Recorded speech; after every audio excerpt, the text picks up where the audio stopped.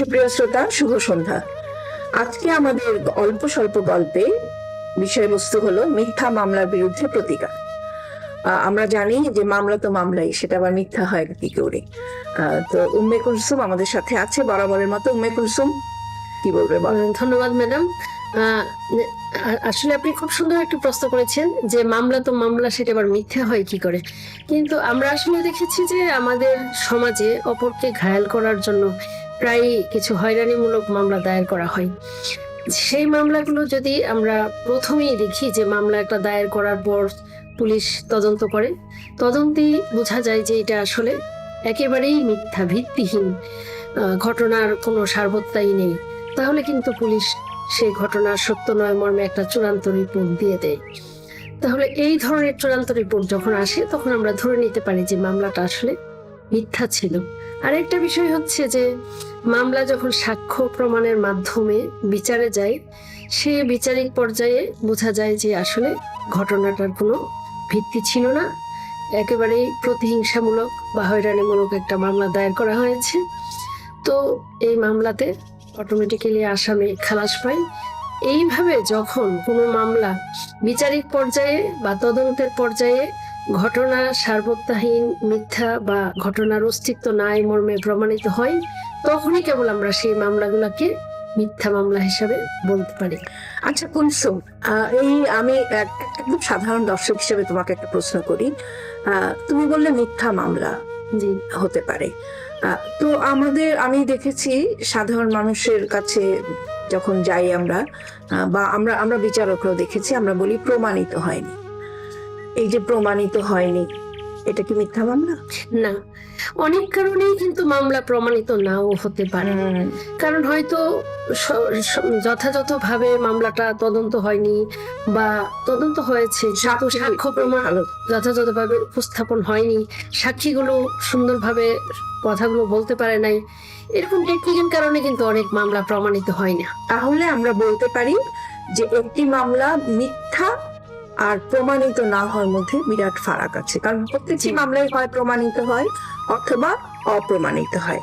কিন্তু যখন কিনা মিথ্যা রিপোর্ট আসে যে মানে একটা মামলায় তদন্তে পাওয়া গেল যে কিছু নেই বা মিথ্যা করা হয়েছে, মিথ্যা প্লে নিয়ে করা হয়েছে, তদন্তে যখন সেটা আসে সেটা নিয়ে একটা মামলা হবে, অথবা সাক্ষ্য সবুত নিয়ে যখন ঘটনাটা ঘটবে, জজ সাহেব বলবেন যে তার একটা ফাইন্ডিংস থাকবে, সেখানে একটা মিথ্যার ব্যাপার আছে। কিন্তু প্রমাণিত মানে সাধারণ দর্শকদের এটা বা শ্রোতাদের এটা চিন্তা করার কোনো কারণ নেই যে মিথ্যা মামলা আর অপ্রমাণিত মামলা এক নয়। এখন বলো যে আর কোন কোন জায়গায় আমরা মিথ্যা মামলা, কিভাবে এই প্রসিডিউরটা কি যায়? অ্যাকচুয়ালি আমরা যেহেতু সবসময় ম্যাডাম একটা কথা বলে থাকেন যে আমরা সাধারণ মানুষের জন্য করে থাকি, কাজেই আমি যদি একজন সাধারণ মানুষ হিসাবে এই বিষয়ে জানার আগ্রহ থাকে, তাহলে আমার যেটা প্রথম জিজ্ঞাসা হবে সেটা হচ্ছে যে আমার বিরুদ্ধে যদি কেউ একটা মামলা দায়ের করে এবং আমি জানি যে এই মামলাটা সম্পূর্ণ মিথ্যা, ভিত্তিহীন, সেক্ষেত্রে আমার করণীয় কি? সেই তো এখন কেউ যদি এই প্রশ্নটা আমাকে জিজ্ঞেস করে যে আমার বিরুদ্ধে তো একটা মিথ্যা মামলা দায়ের হয়ে গেছে, এই মামলা তো সম্পূর্ণ মিথ্যা, আমি কি করব? আমাদের দেশে কিন্তু ম্যাডাম যেটা হয়, সবাই তখন পালিয়ে বেড়ায়। মামলা মানে একটা মহা আতঙ্ক, ভীষণ আতঙ্ক। তখন কি করে সে তার কর্মস্থল থেকে, তার বাড়ি থেকে সে ভয়ে পালিয়ে বেড়ায়। তো আমাদের পরামর্শ হবে যে আজকে আমরা যে বিষয়টা নিয়ে কথা বলতে বসেছি, যে ভয় না পেয়ে তাকে আগে উপস্থিত হতে হবে থানায়, যে তার বিরুদ্ধে যে মামলাটা দায়ের হয়েছে সেটা সম্পর্কে খোঁজ খবর নিতে হবে যে আসলে মামলাটা কি, অভিযোগটা কি, কোন পর্যায়ে আছে। তারপর যদি এটা এমন হয় জামিনযোগ্য, তাহলে সে জামিনের আবেদন করতে হবে, একজন উপযুক্ত আইনজীবী নিয়ে সে আদালতে উপস্থাপিত হতে হবে। এবং জামিনের যে আবেদনটা করবে সেখানেই কিন্তু তার শুরু, না তার গল্পটা বলার, জি সেটাই তার ওখানে আসা উচিত। জি, সেখানে কিন্তু সে যেই প্লিটা নিবে, সে যে দাবি করছে যে এটা মিথ্যা, যদি বলে যে তার গ্রামে সে ছিল না, সে শহরে চাকরিরত অবস্থায় তার বিরুদ্ধে একটা মামলা দায়ের করা হয়েছে যে তার প্রতিবেশীর বাড়িতে সে আগুন লাগিয়ে সবকিছু ধ্বংস করে দিয়েছে। এখন সে তো জানে যে আমি গ্রামেই ছিলাম না, আমার বিরুদ্ধে মিথ্যা অভিযোগ আনা হয়েছে, তাহলে তাকে ওই প্লেটা নিতে হবে যে ওই সময় আমি গ্রামে as early as possible, প্রথম মানে পর্যায় থেকে পর্যায়ে আর এবং মামলার তদন্তকালে সে এটা উপস্থাপন করে যাতে যথাযথ তদন্ত হয় সেটা দেখতে হবে। তারপর যদি তার বিরুদ্ধে তদন্ত রিপোর্ট হয়ে যায় তাহলে চার্জশিট দেওয়ার পর অভিযোগ গঠনের পর্যায়ে তার বিরুদ্ধে যেন অভিযোগটা গঠিত না হয় সেটার একটা আবেদন ডিসচার্জের আবেদন করতে হবে। এইভাবে প্রতিটি পদক্ষেপে সে তার বিরুদ্ধে মিথ্যা মামলা দায়ের হয়েছে সেটা থেকে মানে সেইটা থেকে সে অব্যাহতি লাভের জন্য তাকে প্রপার ওয়েতে সে যথাযথ পদক্ষেপ গ্রহণ করে। এটার থেকে অব্যাহতি এবং মিথ্যা মামলা যে করেছে তার কিন্তু একটা শাস্তির ব্যাপার আছে। জি অবশ্যই আছে, সেই জায়গাটাতে আমরা যেতে চাই। জি এখন যদি মামলাটা প্রমাণের পর মামলাটা বিচারের পর্যায়ে যখন দেখা যাবে যে না এটা আসলে সে খালাস পেয়েছে কারণ আনিত অভিযোগ সম্পূর্ণ ভিত্তিহীন এবং এবং জজ সাহেবের ফাইন্ডিংস স্পষ্টভাবে বলা হবে যে বেশি অপ্রমাণিত হয়েছে তা না, এটা মিথ্যা মামলা ছিল, তাই না? এই শব্দটি আসতে হয়। সেই ক্ষেত্রে কিন্তু মামলা মিথ্যা প্রমাণিত হলে ম্যাজিস্ট্রেট নিজেই বাদীকে ক্ষতিপূরণমূলক আদেশ দিতে পারেন। এই কথাটা বোধহয় জনসাধারণের জানাটা খুব জরুরি। যদি কোনো কারণে ম্যাজিস্ট্রেট সেরকম আদেশ না দেয় তাহলে কিন্তু যিনি ভুক্তভোগী ভিকটিম তিনি এই ক্ষেত্রে আসামি হিসেবে ছিল, যেহেতু ফাইন্ডিংসটা আছে এটা মিথ্যা প্রমাণিত হয়নি তা না, এটা মিথ্যা সেই জন্য তিনি কিন্তু নিজেই দায়রা আদালতে ওই রিভিশন দায়ের করতে পারেন। অর্থাৎ মানে ম্যাজিস্ট্রেট নিজেই স্বপ্রণোদিত হয়ে ফলস প্রসিকিউশন আনতে পারে অথবা বাদী নিজে মানে আসামি নিজে বাদী হিসাবে ওই মামলায় তো সে আসামি ছিল, ওই জাজমেন্টের ওই ফাইন্ডিংসটা উল্লেখ করে সে একটা নিজে মামলা দায়ের করতে পারে। আর যদি মানে মিথ্যা মামলা দায়ের করা হয় তাহলে এই যে বললাম ম্যাজিস্ট্রেট নিজে 2 বছরের সাজা দিতে পারে অথবা বাদী পরবর্তীতে মামলা দায়ের করলে যদি এটা প্রমাণ করতে পারে তাহলে তো আসামির সাজার সুযোগ আছে। কিন্তু যদি কেউ মিথ্যা সাক্ষ্য দিয়ে কারো বিরুদ্ধে কোনো অভিযোগ প্রমাণের চেষ্টা করে সেই ক্ষেত্রেও কিন্তু শাস্তির বিধান আছে। এবং সেটা যদি এমন হয় যে মিথ্যা সাক্ষ্যের মাধ্যমে কারো মৃত্যুদণ্ডের এরকম আদেশ হয়েছে তাহলে কিন্তু এই মিথ্যা সাক্ষ্যদানকারীরও আবার মৃত্যুদণ্ড হতে পারে। সেই এটা কুলসুম আমাকে একটু রিপিট করতে দাও, আমার মনে হয় সাধারণ জনগণের জন্য এটা খুব জরুরি যে আমরা অহরহ কিন্তু আদালতে আমরা কাজ করতে গিয়ে দেখেছি যে মিথ্যা সাক্ষী আমরা বুঝতে পারি, তাই না, যে মিথ্যা সাক্ষী দিচ্ছে বা মিথ্যা।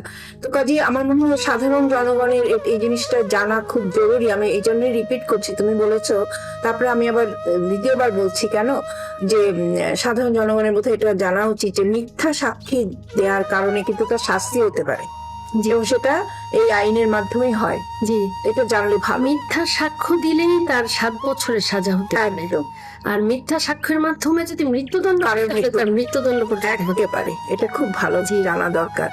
সেক্ষেত্রে ম্যাডাম আমার একটা ব্যক্তিগত অভিজ্ঞতা আছে, ব্যক্তিগত মানে পেশাগত অভিজ্ঞতা। হ্যাঁ অবশ্যই। আমি যেটা সিরাজগঞ্জ থাকতে দেখেছিলাম যে একটা মামলায় পিতা এবং 2 পুত্রের বিরুদ্ধে অপহরণের অভিযোগ করে একটা মামলা দায়ের করা হয়েছিল এবং তারা বলেছিল যে অপহরণ করে তার ভাইকে মানে মারা হয়েছে, খুন করা হয়েছে। এই মামলাগুলো কিন্তু খুব হয়, আমরা বিচার কাজ করাকালীন আমরা দেখেছি এই যে মানে গুম করে দেওয়া বা পালিয়ে গেছে বলে মামলা করা, মানে কিন্তু পরবর্তীতে দেখা গেল 5 বছর 10 বছর পরে সে চলে এসেছে। জি, তো ওই মামলায় কিন্তু এই মিথ্যা অভিযোগ দায়ের করা হয়, মামলা দায়ের করা হয় এবং মিথ্যা সাক্ষ্যের মাধ্যমে তাদের শাস্তিও হয়ে যায়। এবং শাস্তি ভোগরত অবস্থায় ওই পিতার মৃত্যু হয়, তার এক ভাই মানসিক ভারসাম্য হারিয়ে কারাগারেই মারা যায়, আরেক ভাই তার 20 বছর বয়সে সাজা হয়েছিল, সে 29 বছর বয়সে কারাগার থেকে মুক্ত হয়ে যে ব্যক্তিকে অপহরণ করা হয়েছিল সেই ব্যক্তিকে হাতে নাতে সে ধরে ফেলে। দেখা যায় যে সিরাজগঞ্জের ব্যক্তি ওই ফরিদপুরে গিয়ে বসবাস করেছিল, পরে সে ওই তখন তাদের বিরুদ্ধে এই মিথ্যা মামলা দায়ের করে যে তাদেরকে শাস্তি প্রদান করা হয়েছে সেই কথা উল্লেখে সে একটা মামলা দায়ের করেছে। এখানে আমি ওটা আমার অবশ্যই মিথ্যা মামলা পর্যন্ত যায়নি, তার আগে আমি আবার ইনভেস্টিগেশনের জন্য পাঠিয়েছিলাম। আমি যখন মানিকগঞ্জে জেলা জজ ছিলাম তখন একটা এসিড থ্রোয়িং মামলাটা যখন আমার এখানে সাক্ষীতে উঠলো তখন দেখা গেল যে আসলে স্বামী তার ওয়াইফকে এসিড মেরেছে, কিন্তু তার প্রতিবেশীর নামে মিথ্যা অভিযোগ করে। হ্যাঁ, এটা যখন আসলো সাক্ষী পর্যায়ে তখন আমি আবার রিইনভেস্টিগেশনের জন্য পাঠালাম। তো এই জিনিসগুলো কিন্তু অহরহ আমাদের সমাজে হয়। তো এই আমার মনে হয় আজকে আমরা যে সাবজেক্টটা নিয়েছি এটা ভালো সাধারণ মানুষের জন্য, যে মিথ্যা মামলা, এটা যেটা আমরা বলছিলাম যে মামলা তো মামলায় মিথ্যা লাগে না, আসলে মিথ্যা মামলা প্রচুর হয়।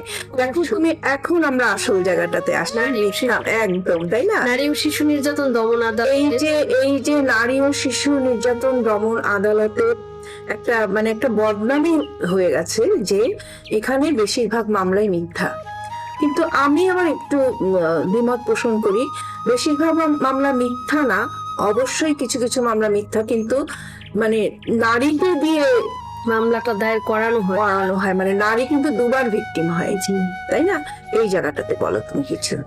অ্যাকচুয়ালি আমি ম্যাডাম বলতে চাচ্ছি যে আমি একটা গবেষণার সাথে এখন আছি, যেটা আসলে নারী ও শিশু নির্যাতন দমন আইন নিয়ে। অলরেডি আমার কাছে ডাটাগুলো চলে এসেছে 32টা জেলার, এবং সেই ডাটা অ্যানালাইসিস করছি। আমি হয়তো চূড়ান্ত ফলাফল এখন শেয়ার করব না, কিন্তু আমার যে অভিজ্ঞতাটা হচ্ছে সেটা হচ্ছে যে ওইখানে আমরা যে কনভিকশন রেট দেখেছি খুবই পোর, এবং বিচার পর্যন্তই অধিকাংশ মামলা যায়। ওই যে চার্জশিটই হয় না, ফাইনাল রিপোর্ট হয়ে যায়, আপোষ হয়ে যায় বা ফাইনাল রিপোর্ট হচ্ছে। তাহলে আপনি যেটা বললেন যে ওই যে মিথ্যা মামলা দায়ের করানো হয়, হয়তো বা ঘটনাটাকে অতিরঞ্জিত করে অপর পক্ষকে হয়রানি করার জন্য বা চাপ দেওয়ার জন্য এই মামলাগুলা করা হয়। তো সেই ক্ষেত্রে কিন্তু আমরা দেখেছি যে 2025 সালে যে নারী ও শিশু নির্যাতন দমন আইনে অতি সম্প্রতি যে সংশোধনী এসেছে, সেইখানে কিন্তু বলা হয়েছে যে কেউ যদি মিথ্যা বক্তব্যে বা মিথ্যা বয়ানে কোনো মামলা দায়ের করে, তাহলে কিন্তু আদালত কোনো পক্ষের লিখিত অভিযোগের ভিত্তিতে অথবা আদালত আগে সোমোটো পারতো না, শুধু ওই অভিযোগের ভিত্তিতেই মামলা দায়ের করতে পারতো, কিন্তু এখন আদালত নিজেও তার বিরুদ্ধে মিথ্যা। আর মূল আইনে তোমার 17 ধারা সম্ভবত, এটা 17 ধারা, আমার তাই মনে করছে 17, 2, 3 এগুলাতে উল্লেখ করে মিথ্যা মামলার শাস্তি হতো। এবং নারী শিশু আদালতের মামলায় কিন্তু বেশ হয়, 17 ধারায় কিন্তু শাস্তি হয়, কারণ দেখা যায় যে 2 বছরের কারাদণ্ডের আছে। আর যৌতুকের দাবিতে মিথ্যা মামলা, এটাও আসলে আমরা অনেকটা দেখতে পাই যে 11 গতে আছে, আবার এমনিও নরমালি দায়ের করা হয়। দেখো আমি যেটা ভাবছিলাম, এই যে একটা ধারণা যে নারী শিশু নির্যাতন দমন আদালতে মামলা অর্ধেকের বেশি মিথ্যা হয়, অথবা যৌতুকের দাবিতে যে মামলা অর্ধেকের বেশি মিথ্যা হয় বা বেশিরভাগই মিথ্যা মামলা, এটা সম্পর্কে তোমার কি মনে হয়? এটা কি একটা মেয়ে তার স্বামীর সাথে সংসার করবে, এটাই তো স্বাভাবিক, তাই না?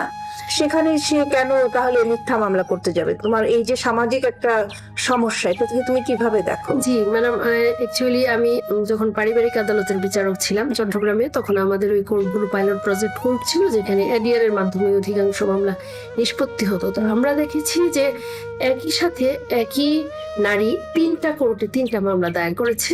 একটা হচ্ছে যে ম্যাজিস্ট্রেট কোর্টে যৌতুক নিরোধ আইনের 4 ধারায়, আবার এদিকে নারী ও শিশু নির্যাতন দমন আদালতের 11 গতে, তারপরে আবার পারিবারিক আদালতে ভরণ পোষণ এবং তালাকের দাবিতে।